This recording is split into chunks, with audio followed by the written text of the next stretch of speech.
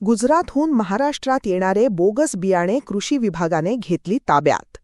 खरीप हंगामाच्या पार्श्वभूमीवर राज्यात कृषी विभागामार्फत बेकायदेशीर प्रतिबंधक असलेले बनावट बियाणे उत्पादन व विक्रीसंदर्भात विशेष मोहीम हाती घेण्यात आली आहे. याच मोहिमेअंतर्गत काल रात्री गुजरात राज्यातून धुळे जिल्ह्यात येणाऱ्या एका खासगी ट्रॅव्हल्समधून HTBT कंपनीचे महाराष्ट्रात प्रतिबंधक असलेले बनावट बियाणे कृषी विभागाच्या भरारी पथकाने जप्त केले आहेत.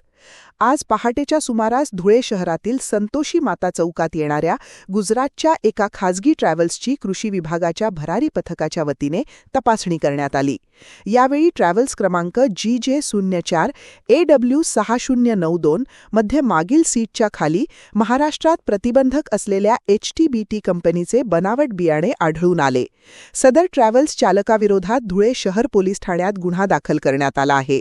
सदर कारवाईत हजारो रुपयांचे बनावट बियाणे हस्तगत करण्यात आले असून दोषींवर कृषी विभागातील भरारी पथकाच्या फिर्यादीवरून गुन्हा दाखल करण्यात आल्याची माहिती कृषी विभागाचे अधिकारी जगदीश बोराडे यांनी यावेळी दिली. मी कृषी अधिकारी जगदीश सदाशिव बोराळे, पंचायत समिती धुळे.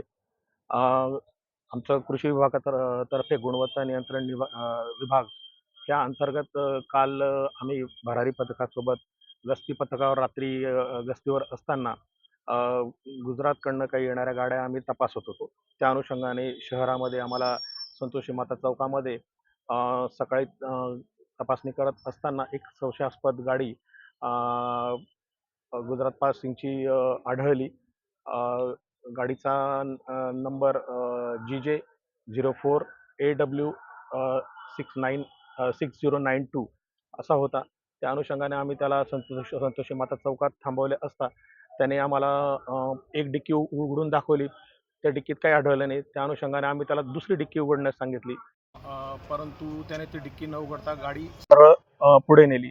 आम्ही थोडा गाडीचा पाठलाग करून त्याला झाशीच्या राणीच्या पुतळ्याजवळ तो थांबला असता प्रवासी उतरवत असताना आम्ही त्या ठिकाणी त्याला पाठलाग करून त्याच्या मागे गेलो आणि त्याच्या गाडीची झडती घेतली असता सगळ्यात शेवटच्या सीटच्या खाली आम्हाला प्रतिबंधित HTBT कापूस बियाण्याचे एकूण 21 पाकिटं त्या ठिकाणी सापडले. त्याच्यामध्ये 17 धनुष्य 5G आणि 4 फाल्कन 5G अशा 2 कंपन्यांची एकूण 21 पाकिटं त्या ठिकाणी आम्हाला आढळून आली. त्या अनुषंगाने आम्ही शहर पोलीस स्टेशनला संपर्क करून सदर मुद्देमाल व गाडी जप्त करून पोलिसांच्या स्वाधीन केलेली आहे. माझ्यासोबत भरारी पथकामध्ये विभागीय गुणवत्ता नियंत्रण नाशिक येथील कृषी अधिकारी तथा गुणवत्ता नियंत्रण निरीक्षक श्री कल्याण पाटील साहेब, जिल्हा गुणवत्ता नियंत्रण अधिकारी श्री तायडे साहेब, तसंच मोहीम अधिकारी जिल्हा परिषद धुळे श्री भास्कर वाघ साहेब, कृषी अधिकारी गुण नियंत्रण श्री PJ पाटील साहेब व मी स्वतः असे आमच्या 5 लोकांचं भरारी पथकात यावेळी समावेश होता.